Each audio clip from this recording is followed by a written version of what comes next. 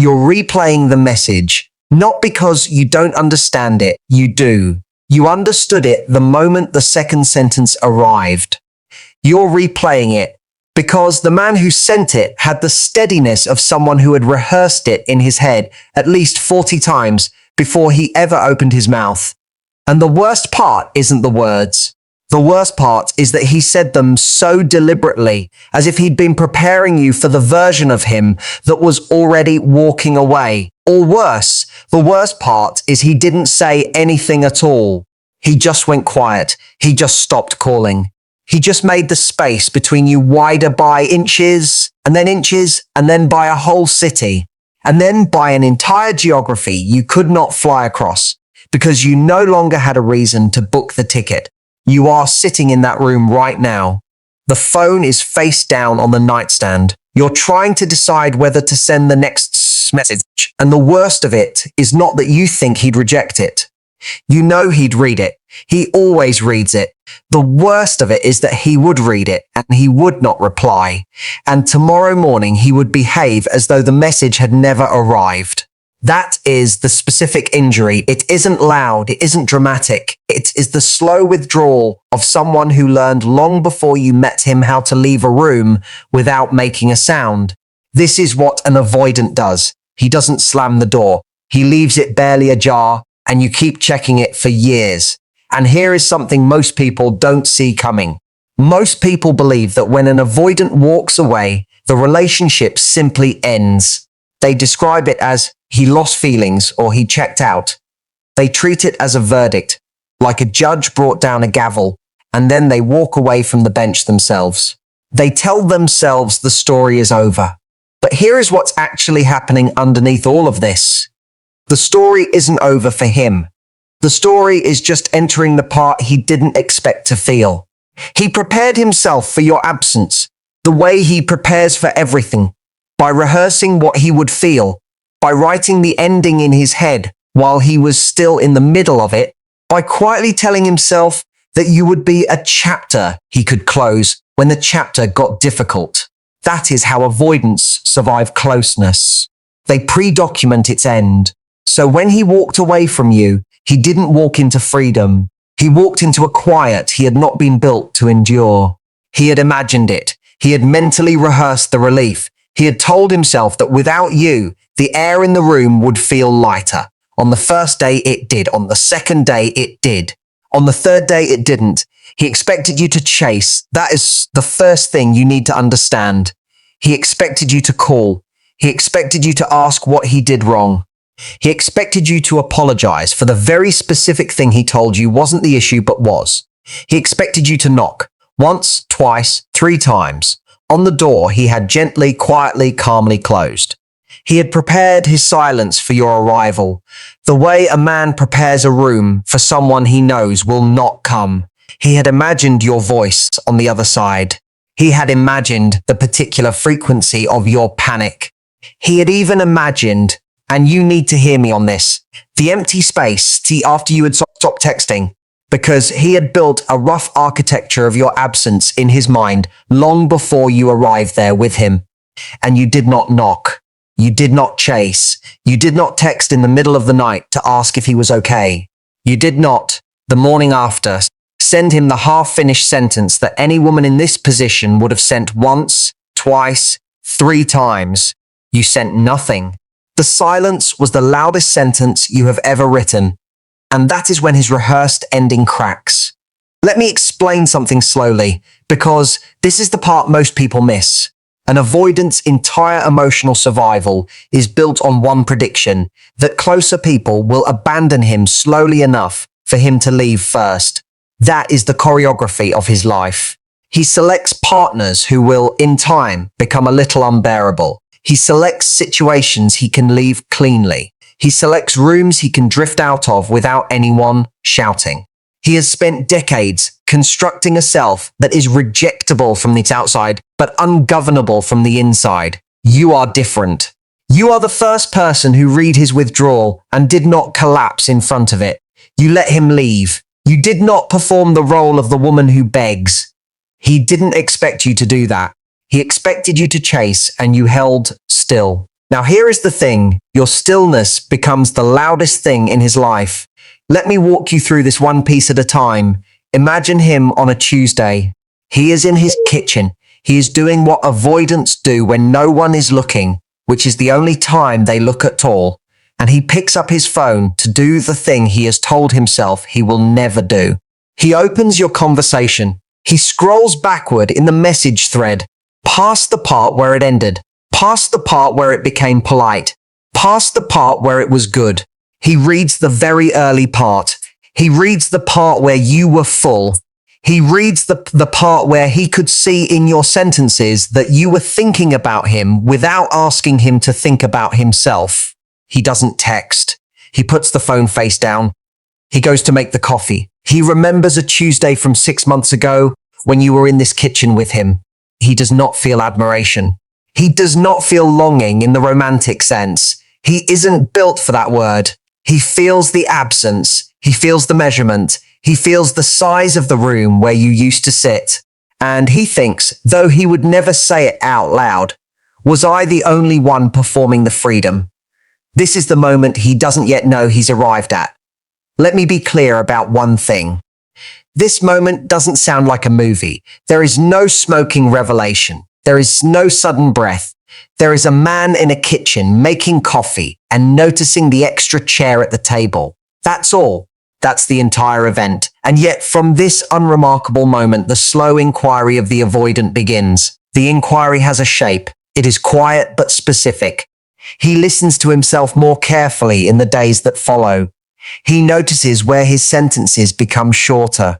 He notices how often, when he is with friends, he lets his eyes drift to a phone that in this script is always face down. He notices that he has begun rehearsing what he would say if he called you. He notices that the rehearsal itself feels like a kind of haunting because he does not rehearse relationships he is not still in. Here is what's actually happening underneath all of this. The avoidance is over. He left to escape the closeness he could not tolerate, but the closeness he left behind is the only closeness his own reflection is willing to return to. You didn't disappear to him. You became the interior. Let me say this again. You became the interior, and that is the void. That is what he is standing in. A man who walked away from every room he ever felt trapped in has now walked into a room where there is no one waiting to receive him. He prepared his solitude. He did not prepare his inquiry. The vacuum around him does not let him sleep, not because he misses you in the sentimental sense, but because the room itself has begun to ask questions his rehearsed answers cannot satisfy. He starts to wonder why you didn't fight for him. And here is the thing. The wondering is what undoes him. Let me pause on that. He didn't expect you to remain still. He expected you to chase. And the chase was the only verification he ever needed that he was still wanted. The chase was his mirror. The chase was the invitation. The chase was the small nightly proof that he had not yet become invisible. And when you stopped, he did not become invisible from your side. He became invisible from his.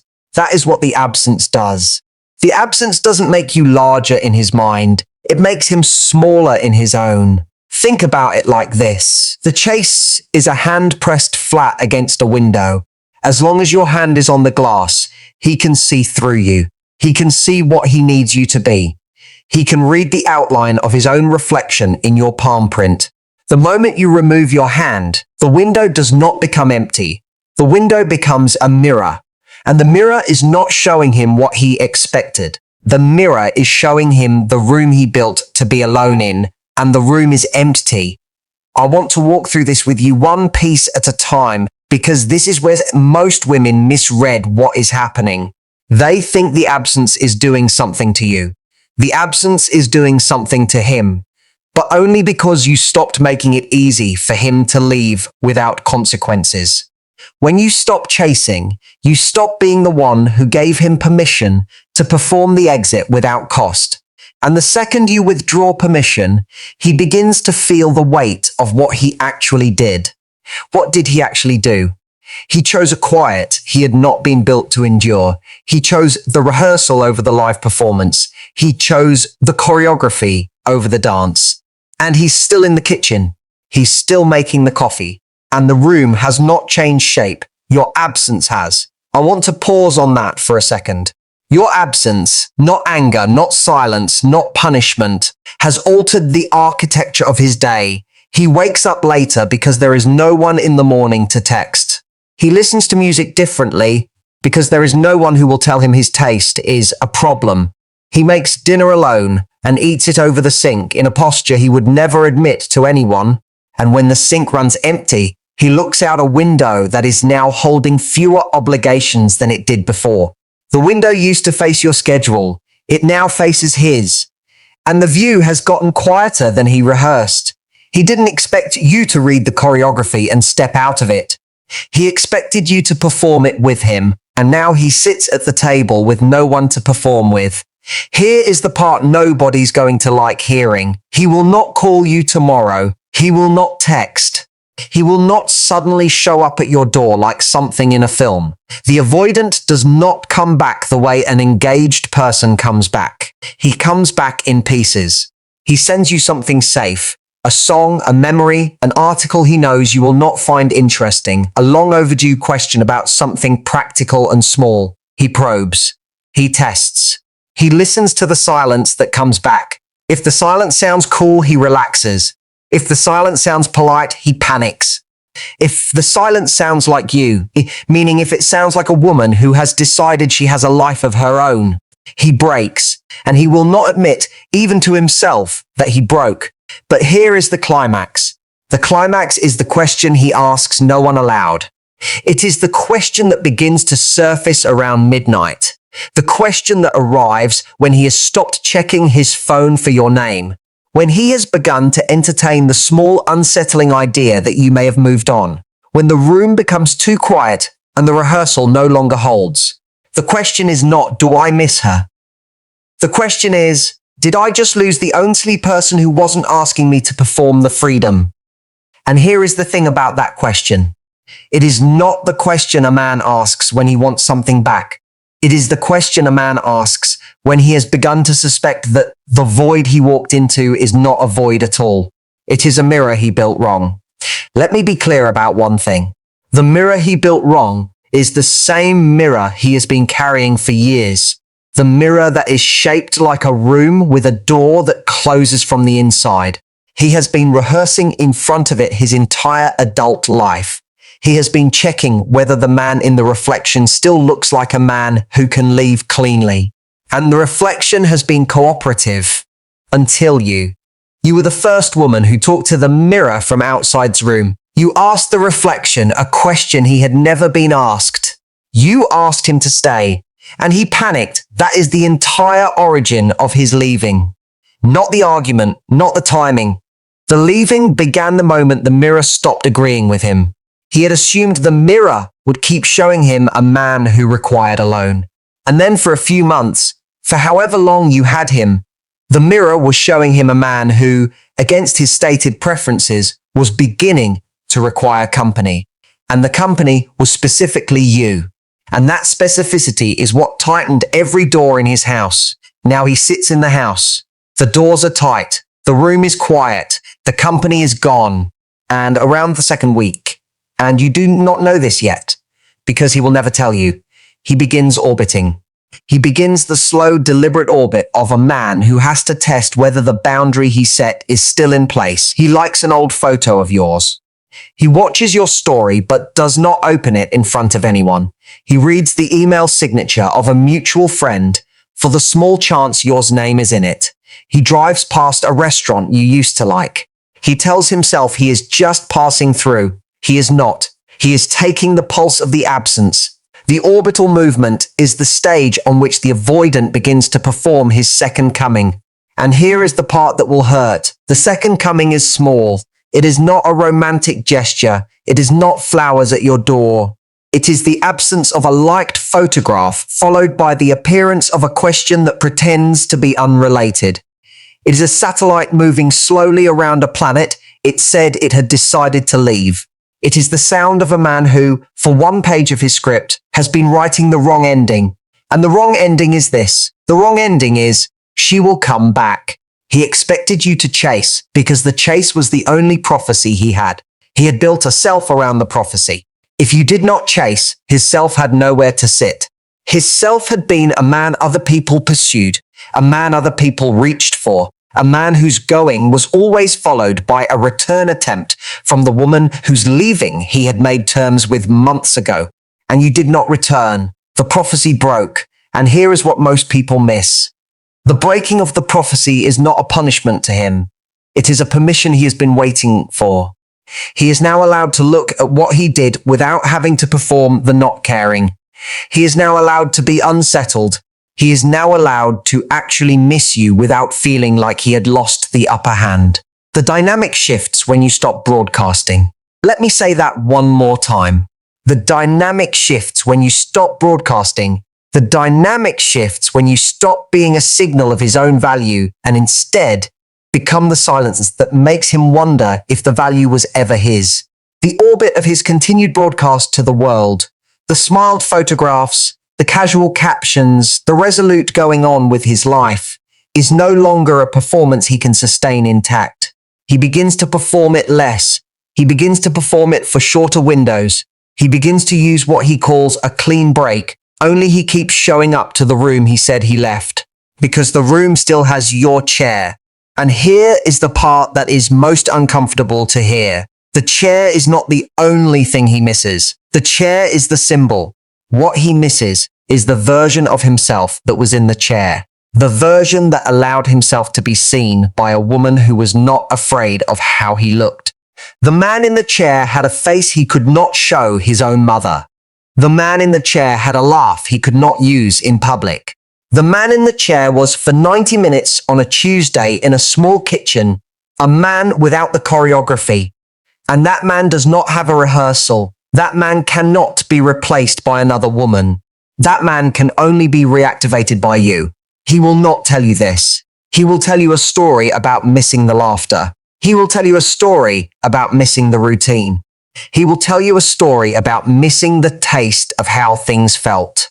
But underneath the story he tells himself, the real story is the man who was almost able to sit still in front of someone. And you are the only person who ever held that space. Now let me come back to you. Here is the truth. The version of you he rejected is not the version of you he is now, in his quiet, beginning to miss. That's important. That is the part most women miss. They think the man who left them is, somewhere in his reverie, thinking about the version they were when he left. He isn't. He left that version because that version was the chase, was performing the apology, was performing the small, nightly panic that allowed him to feel wanted without having to be obtainable. He left because that version of you was the only version of you he could leave. The version of you he is missing is the version that arrived the morning after the silence. That version is unfamiliar to most women. That version believes her own day belongs to her. That version does not perform the apology. That version has begun the slow work of orienting her life around her own hours. That version makes plans for the weekend without checking if he is reachable. That version has stopped checking her phone in the middle of a conversation with friends. That version has begun, slowly, to lose the urgency that was never hers to keep. Let me pause on that for a second. The urgency was never yours to keep. The urgency was his. He wrote the script. He choreographed the routine in which you performed the chase. And he performed the retreat. And he was the only author of that script. And you were the only reader. And at some point, I cannot tell you when, you put the script down. You put it down not because you were done with him, but because you were done with the choreography. You were done being the one who clapped at the end of every rehearsal. That is reclaiming. It is not, I want to be clear about this, a kind of transformation you can buy with a retreat weekend or a checklist of self-improvement habits. It is a woman putting down a script she had been holding for someone who never published his. I want to walk through this with you, one piece at a time. Here is what reclamation sounds like. In practice, on a Tuesday, you wake up and the first thing you think about is not whether he has texted. That sounds like a small thing. It is not a small thing. It is the difference between a woman whose morning belongs to someone else and a woman whose morning belongs to herself. You make coffee for you. You make the bed because you like the way the bed looks when the sheets are settled. You pick up a book you have been meaning to read. You take a long walk in a part of your neighborhood you had been avoiding. You do not perform the apology for any of that. You do not send him the photograph of the morning. You do not text him the line you remember from page 42. You keep the line. You keep the photograph. You keep the morning. They were always yours. And then you run into a friend. You laugh.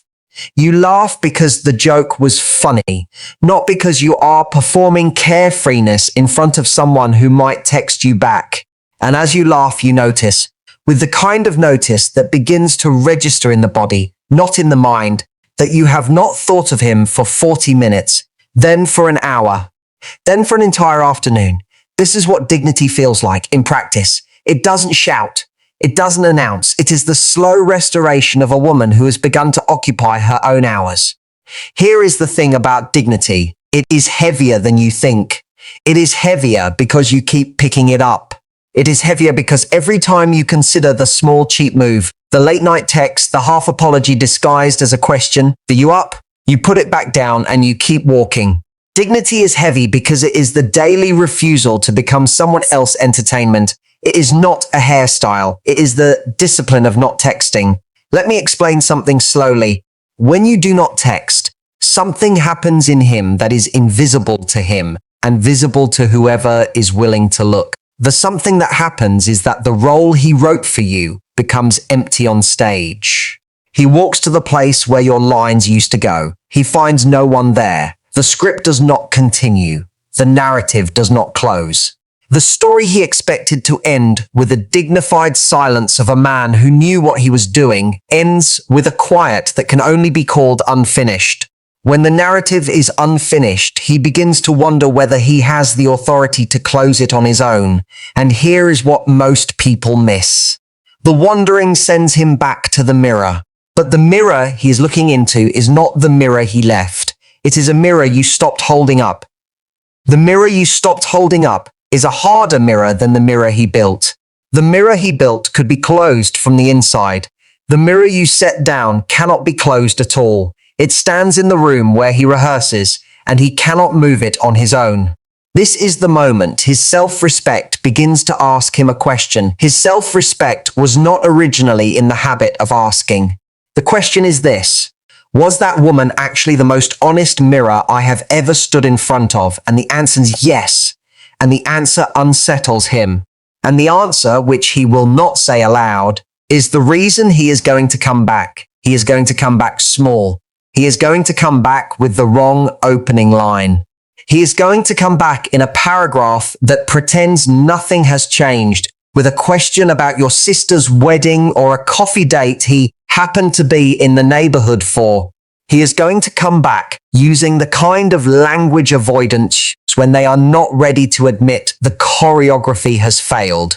He is going to come back and he is going to test the silence again. And this time, the silence is going to sound like a woman who has figured out her own pattern. And if that woman, if you are now willing to sit across from him with a quiet that is not performance and not punishment and not strategy, but simply the sound of a person who has found her own gravity, the magnetic effect of that quiet is going to be more powerful than every text he ever failed to send while you were together. He did not lose you in the silence. He lost the only mirror still willing to look. Now let me say what I am not saying. I am not telling you to wait. I am not telling you to wait 6 months. I am not telling you to wait for him to come back. I am not telling you to perform a longer absence than the one he performed. What I am telling you is something more practical. I am telling you to pick up the parts of your life you put down for him. The friendship with the friend who always had to text you back because he was unavailable. The walk you stopped taking because he had opinions about your body that you'd internalized. The book you set down because he didn't ask about it. The trip you cancelled because you thought the timing was off. The haircut you have been meaning to get for 2 years. Move your body, not because movement is a magic trick, but because movement is the smallest, slowest, most reliable proof that the person inside the body still has a direction. I am telling you to take the calls you haven't been taking. Call your mother. Call your sister. Call the friend who has been showing up at your door for 6 months with no reciprocation because she's been waiting for you to be ready. You have been ready for 3 of those months. You didn't know it. She did. I am telling you to eat at the table, not over the sink. I am telling you to put clean sheets on the bed. I am telling you to read at night with a lamp that is actually yours. I am telling you to put the phone down, not in the way you have been doing it this week. Face down, deliberately. Like the placement is a kind of rhetoric you are performing for someone who is not even in the room. I am telling you to put it down because the work you are doing is no longer about him. The phone belongs on the table when the table has a story on it. The phone belongs on the nightstand when the nightstand has a book on it. The phone belongs in another room entirely when the other room has your life in it. Most people miss this part. They think healing is what happens on the phone. Healing is what happens in the rooms the phone isn't in. I am telling you to set a boundary that isn't decorative, not the kind of boundary you tell him about so he can tidy it into his narrative.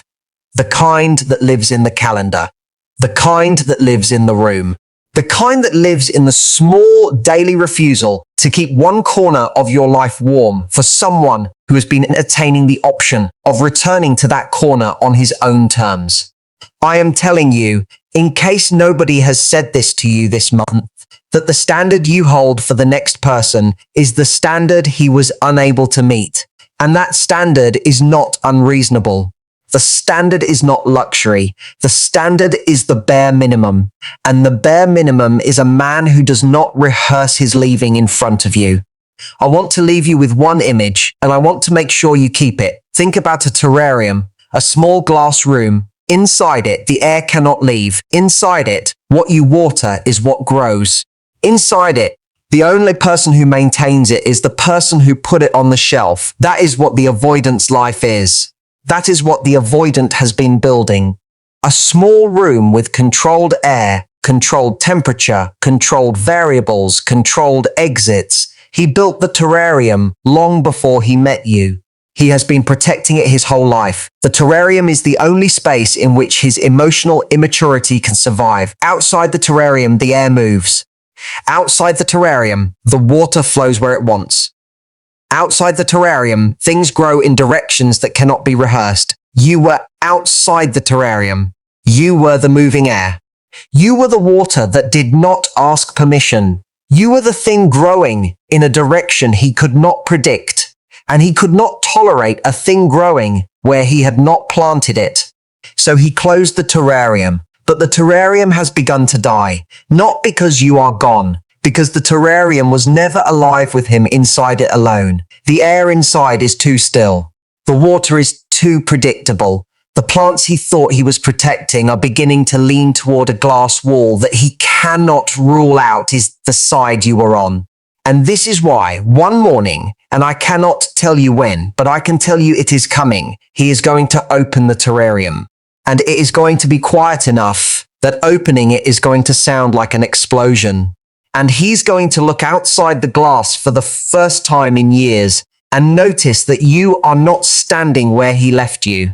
You are sitting at a different table in a different room with a book you finally finished and a friend who has been waiting and a self-worth has begun to show up at the doorway of every morning he used to set the schedule for. And he's going to want to come to that table. And I want to be slow with this part. You do not have to let him. You do not have to be the next doorway. You do not have to be the next terrarium he opens himself into. You do not have to be the rehearsal space for a man whose entire arrival in your life was a kind of departure. If he comes back small, you do not have to make him bigger. If he comes back rehearsed, you do not have to publish him. If he comes back with a question about your sister's wedding, you do not have to read the wedding into a reunion. You are allowed to meet him at the size he returns. You are not allowed to inflate him to the size you remember. That is the new rule. Not the rule of ice, not the rule of strategy, the rule of self-respect. And self-respect, in the end, is the only revision of this story that you are required to perform. I am going to say the one sentence again, and I am going to be specific about it because some of you will need to hear it more than once. He didn't lose you in the silence. He lost the only mirror still willing to look. This is the verdict, and I want to give it to you unguardedly, the way a verdict should be given. He was not brave enough to be seen by you. That is the only reason he left. He was not brave enough to be a man whose reflection was held in someone else's hands, and he calculated that absence would be easier than being that man. And he was right. It was easier for a week. And then the silence began to do what silence does in the life of a man who has spent his entire emotional life avoiding rooms he could not control. The silence began to fill with questions he had no choreography for. And the questions piled up. And the questions became, slowly, the recognition he was not expecting. The recognition is this. He has been the only author of his own story for years, and the story he has been writing is one that closes itself every chapter, until you. And the chapter he wrote about you almost finished himself. Almost, and then it didn't. And the unfinished chapter is now sitting on his shelf, in his terrarium, beside the chair you used to sit in. And the chair is empty, and the chair is going to stay empty. And the chair is not waiting for you to come back. The chair is waiting for him to admit what he lost. That is, the reunion he is going to have to manufacture on his own. And you, in the meantime, are not standing on the shelf. You are not sitting in the chair. You are not waiting in the kitchen. You are in the other room. You are full. You are oriented around your own life. You are willing to be with yourself. And the next time he arrives at the door, because he will arrive at the door or he won't, and either of those is okay, you will meet him at the size at which he arrives. You will not inflate him to the size you remember. You will not deflate yourself to the size of his uncertainty. You will stand at your actual height, and you will say, with the quiet that is the loudest sentence you have ever written, the only thing you needed to say all along. I am here, but the choreography is over, and you will mean it, and you will go back to your morning, and the morning will not be a script. The morning will be a kitchen you are not rehearsing in. The morning will be a friend you are not performing for. The morning will be a body you are not negotiating with. The morning will be a phone that is not face down because it has somewhere to be. And the echo of what you have done will travel further than the echo of anything he has ever said about you because you stopped broadcasting. And the silence you built is now the most magnetic thing in his life. And you do not have to be in the room for that to be true.